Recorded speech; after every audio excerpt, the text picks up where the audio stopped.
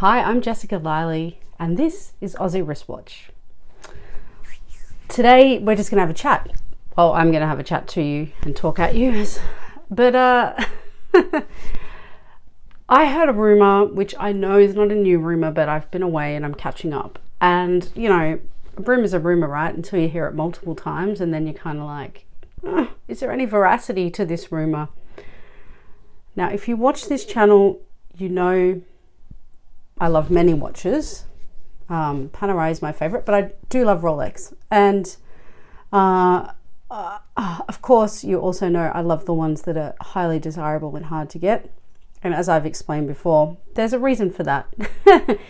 They're, generally speaking, if we forget about their scarcity in terms of supply, they're a solid steel sports watch, which is practical, can be dressed up, dressed down. They're kind of within my style, generally speaking, and that's why I love them. And the reason I clarify that is because there's always someone who watches this video who goes, good on you, Captain Obvious, or, you know, of course you want the popular ones. I'm like, yeah, there's a reason everyone wants them, because they look good. And generally speaking, if you can get one at retail, they're affordable. But I heard a rumour, and again, you may or may not know, my favourite one that I'd really love for the collection one day is a GMT Master II, the Pepsi, which is probably one of the most popular watches. And I heard a rumour that it's going to get discontinued. I mean, if that happens, I think I'll lead the riots in the street, just to be clear.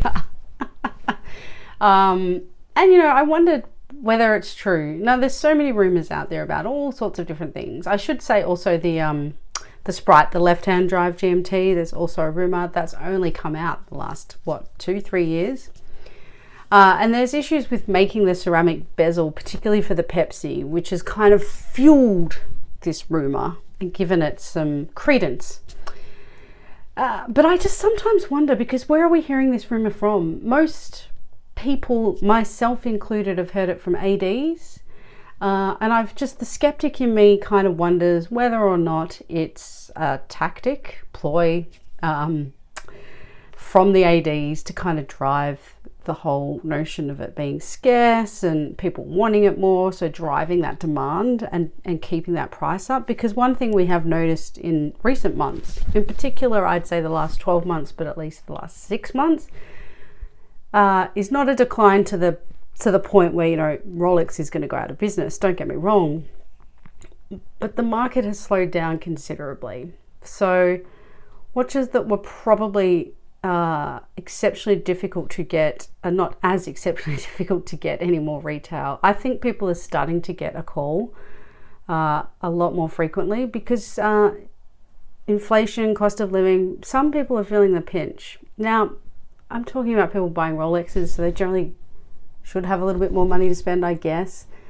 But the flow and effects of a declining economy kind of hit everyone at some point in time, and at least slow things down.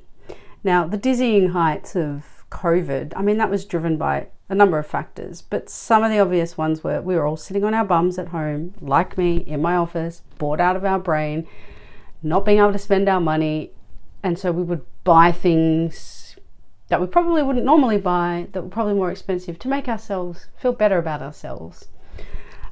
People talk about the crypto sort of boom, or whatever you want to call it. People sort of funneling their money from that into watches became this little phenomenon bubble. That's kind of dead, at least for now. I don't know if crypto will ever die, but that is a discussion I don't want to get into on another day. So things have slowed down. Overall, Rolex prices are down sort of, and you guys know this, you can read and search the internet on Google just as well as I can. But, you know, between 6 and 9% on average. That's not every watch, but on average across the board. I did a video that sort of talked about a few watches you could get secondhand below retail. You know, having those options 12, 24 months ago didn't exist. So there is a change in the market. I don't think it's significant enough for me to get the call tomorrow for my GMT Pepsi. But if you're watching and you want to give me the call, I'll be straight down. But yeah, so I just wonder whether we're fueling the fire a little bit with these rumors of discontinuing one of the most popular models there is, or whether there's credence in it. I mean, I don't know. I'd be really sad. It's so iconic, that watch. It's not like they haven't discontinued watches before, but I'd be furious if they discontinued the Pepsi in particular. I actually quite like the Sprite, I should say. I like the left-hand drive. But yeah, what do you guys think? Do you think it's all a lot of palaver and it's no credence to it, or do you actually think they're gonna do it at some point in time? And I'd say they maybe lessen the production, but I don't even know what they produce in that watch now. No one does, really, unless we've got the inside line to the factory, which I don't think we do. They must have the people who work there sign like the teethiest non-disclosure and confidentiality agreements to keep that sort of hype alive, don't you think? You know, if people were out in the market going, oh yeah, we churned out like 50,000 GMTs last week. I mean, that's rubbish, but you know what I mean. That would probably significantly impact their buyer pool. But yeah, or is it a tricky little AD game? Now, most of you watch this channel, or people who just dip in and out, think I hate ADs. That's not true. I hate the game that some ADs play, because not all of them do that. Or not so much the game, I guess, but just be honest. And don't tell me again that that's for the end of your collection, not the beginning. That was the most patronizing thing ever. So that'll always stick in my head. But no, I don't hate ADs. In fact, there's some ADs out there who are absolutely fabulous, love them. They're super nice. They're happy to let you try on watches. They do their best to try and, you know, get you the watch when it becomes available. Living in Australia, I think also it's more difficult because we're such a small, like, pond, that we're not going to get an allocation of all those sexy watches to the level I think that other ADs in other countries are going to get. So I and everyone else, it's like we're in some competition, but I guess we're competing in this tiny pond, but there's so many of us for a tiny slice of the pie. I guess I'll have to like move to America or something where there's so many more ADs, and I would imagine a larger allocation of Rolex watches to the country than there is here. I mean, we only have one, I think, official service provider for Rolex in this country, down in Melbourne. So that just kind of goes to show. But anyway, I'm off topic as usual. Look, Pepsi, GMT Master II. I mean, it's probably, in terms of Rolexes, my favorite watch. The Daytona I'd like because it's iconic and I actually really love it. But the Pepsi just really sings to me.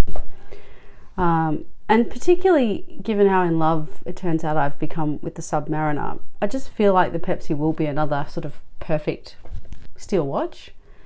And Daytona, I guess, to that example, they're all in the similar sort of sizings, bracket, the functionality, the robustness of the watch. Like, it just, to me, it's a sweet spot. I mean, there's a reason they're so popular.